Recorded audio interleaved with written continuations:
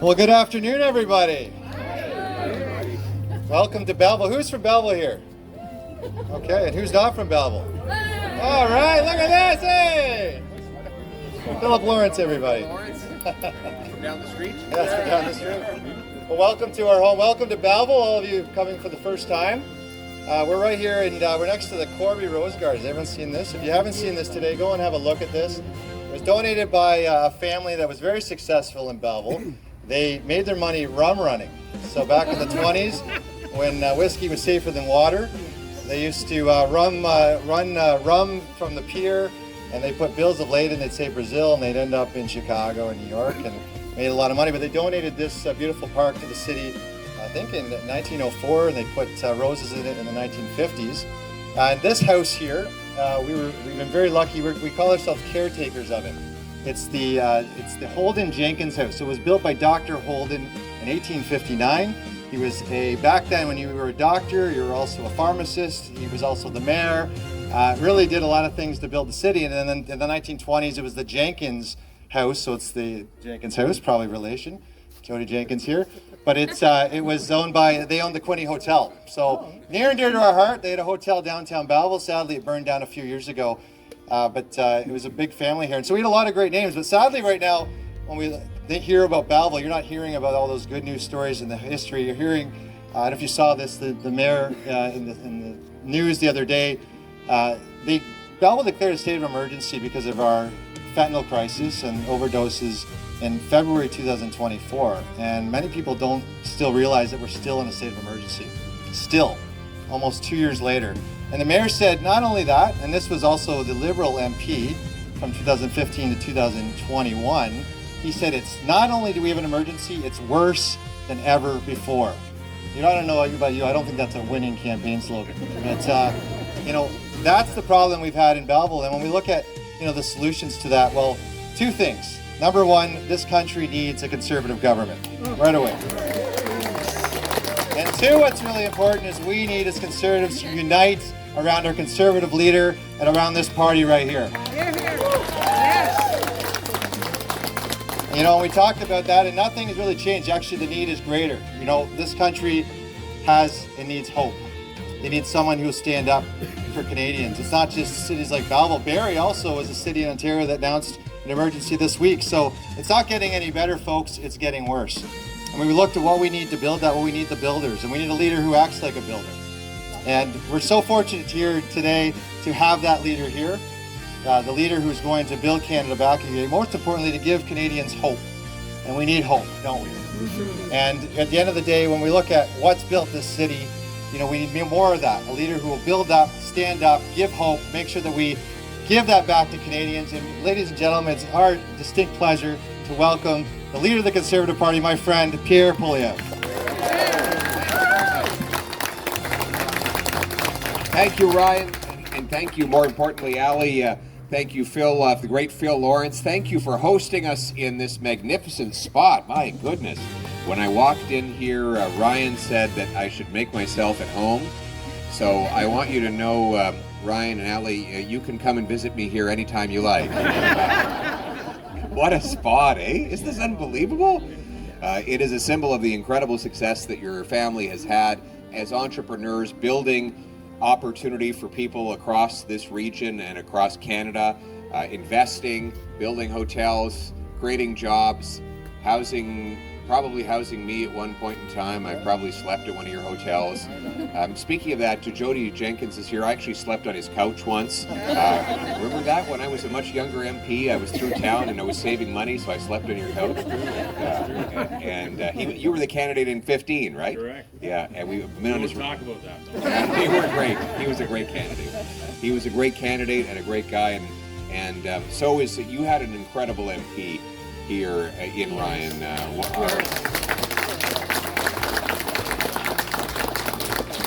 He was our shadow minister, responsible for he had a number of important portfolios, international trade, internal competition, and he pushed the free enterprise system. He was talking about knocking down interprovincial trade barriers way before it was cool. and the Liberals didn't listen, they didn't do anything, and then all of a sudden we got walloped with American tariffs, and they said, oh, maybe we should start trading with ourselves. What a brilliant idea. I wish somebody had thought of that, right? Well, Ryan had thought of it as a businessman and a family man, and he has a beautiful family, doesn't he? Well, he's very blessed. What a wonderful wife, Ali, and the kids are incredible. And then there's the great Phil Lawrence. Yes. Phil, who continues to do amazing work on Parliament Hill, who is himself an entrepreneur. You have a law degree as well, right? Yeah. Oh, and an MBA as well? Yeah, don't hold it. And he, but best of all, he knows how to make his own wine. He hasn't brought me a bottle in a while, but he can hint.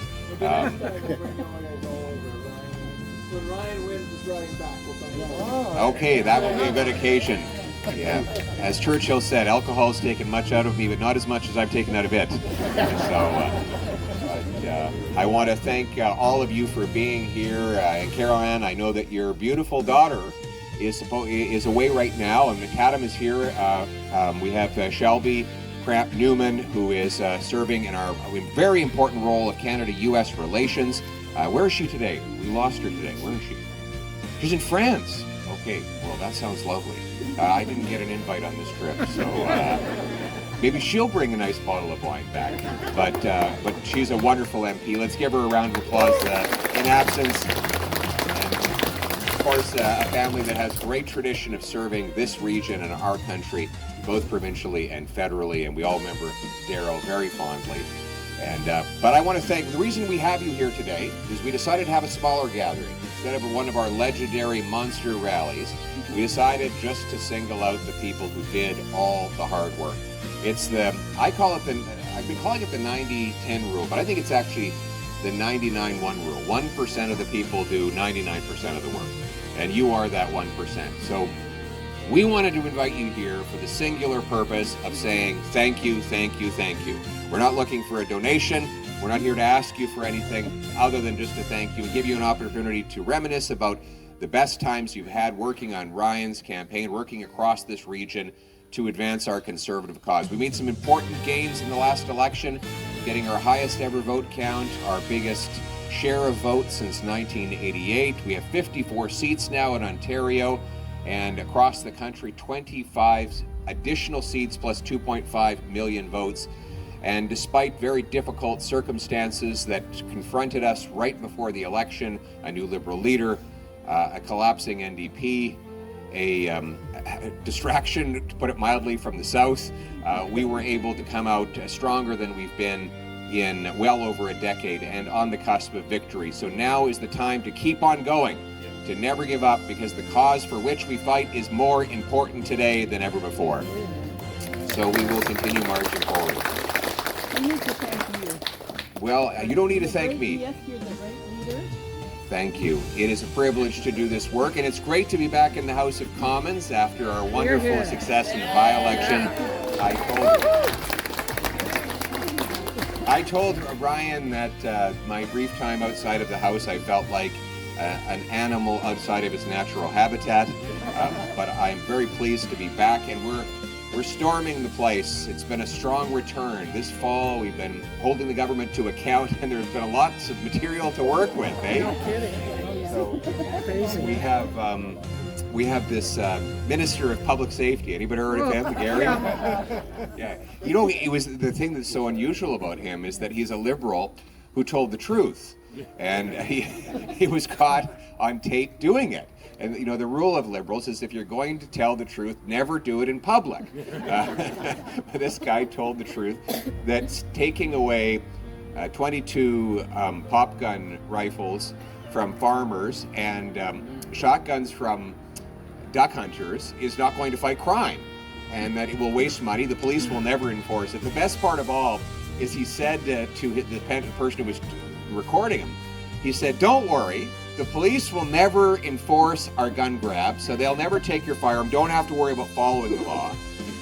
So you can go ahead and break it. And if by some miracle they actually do go after your rifle, and you get arrested for breaking the law, I'll bail you out of jail." Can you imagine that? The guy in charge of our jail system says he's going to bail someone out if he breaks the law. But the guy, of course, he's kept his job and he remains in the Liberal cabinet, failing upwards.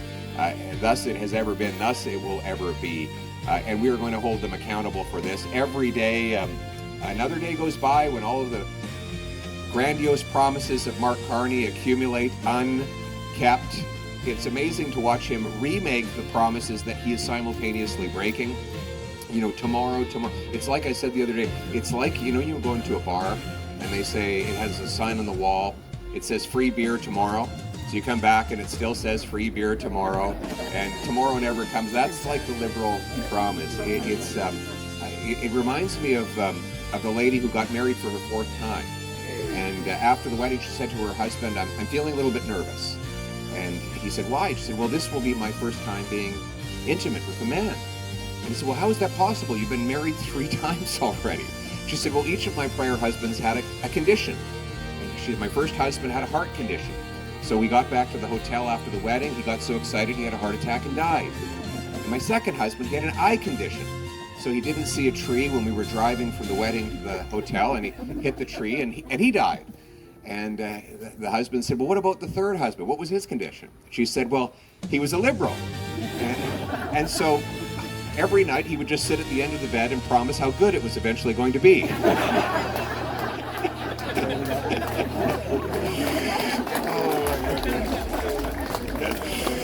These are ones, I'm going to get in trouble telling these kinds of jokes. Somebody's going to say I need to be canceled for these. But you know, our mission really hasn't changed, has it? Our purpose in politics remains the same. It's to make this a country where hard work is rewarded, where food and homes are affordable, where our streets are safe, where everybody is united under our proud flag, a country where its people put Canada first. We don't come here to hold on to any foreign nationality or much less foreign conflict. We come here and we put all that beside and we unite under our flag. That's what we want for our country. And our priority in Parliament is stronger take-home pay by cutting taxes and inflation, secure streets by locking up the criminals that Liberals continually turn loose, secure borders by slamming the brakes on out-of-control immigration, and of course a self-reliant country where we can unlock our resources and produce the things we need so that never again do we have to bow before any nation. So stronger take-home pay, safer streets, secure borders, and a self-reliant Canada is the purpose for which we fight. And all of our policies have been vindicated. You know, the great cycle we go through is, first they say we have no policies at all. You know, the Conservatives don't have anything but slogans. And then they say the Conservative policies are very extreme and scary. We all have to be frightened. And then they say, we agree with the Conservative policies, we're going to implement them, right? And this is what we see. But the problem with that is having someone who plagiarizes the policy is that he doesn't really understand it or mean it. And that's why it's always a half job. Like, okay, they got rid of the consumer carbon tax at the pumps, but they're bringing another one in quietly under the table that will cost just as much as the one that was there before. Or GST off homes. You know, we said, we'll take them off all new homes. They took them off only for new home buyers. Well, that's useless because new home buyers don't buy new homes. They buy resales. So like 95% of homes sold will not get any tax break at all. Or, you know, they say, oh, we want to build projects too. But of course, they don't get any projects done. They won't even really endorse a pipeline, and they continue to keep in place all of the rules that make it unprofitable to build in our country. Or they say they want to spend less, but of course, well, they find a little penny of savings here, they find $1 more of spending there, and it all costs more in the end. The sum total of this is that having the cheap knockoff of Conservative policies is not good enough. We need the real deal. So it won't be enough to have a guy who might have a Conservative haircut and wear a Conservative suit and say Conservative things. You need someone who is Conservative through and through. And that's why we need to win the next election, my friends. So that is our purpose. And that will mean all of you. We need you back. We need you to help us pound the lawn signs, stuff the envelopes, go door to door, convince your friends, share the social media posts, make many of the posts yourself. Go forth and multiply, as the good book says. And that is how we're going to get over the finish line. It was about 30,000 votes in Ontario that separated us from a majority government. You had those votes distributed. And then this is out of a country of 41 million people, just to show how incredibly close we were. That means the small things that we do over and over and over again, they accumulate to be a big victory. So we need you all back. We need your effort, your brain power, your intelligence, your suggestions. We need you with us because our country is worth fighting for. The people out there who suffer every day but who never give up, who the single mom who's putting water in her kids' milk so it goes further, she doesn't give up on her kids, so we're not going to give up on her. The military veteran who's been mistreated by his own government but keeps marching forward for our country, he doesn't give up, so we're not going to give up either. The young couple that wants to start a family but can't afford a home, they're not giving up either, so we're not going to give up on them. We cannot give up because our country is worth fighting for, each and every one of us. Canada first, Canada always, Canada forever. Thank you very much.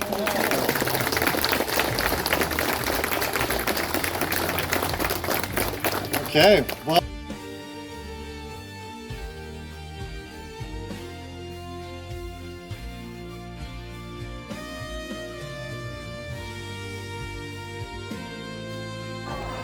Hi there, Lola. Pierre Poilievre here. Look who I found. Hey, Your girl! friend, Avril. I told you!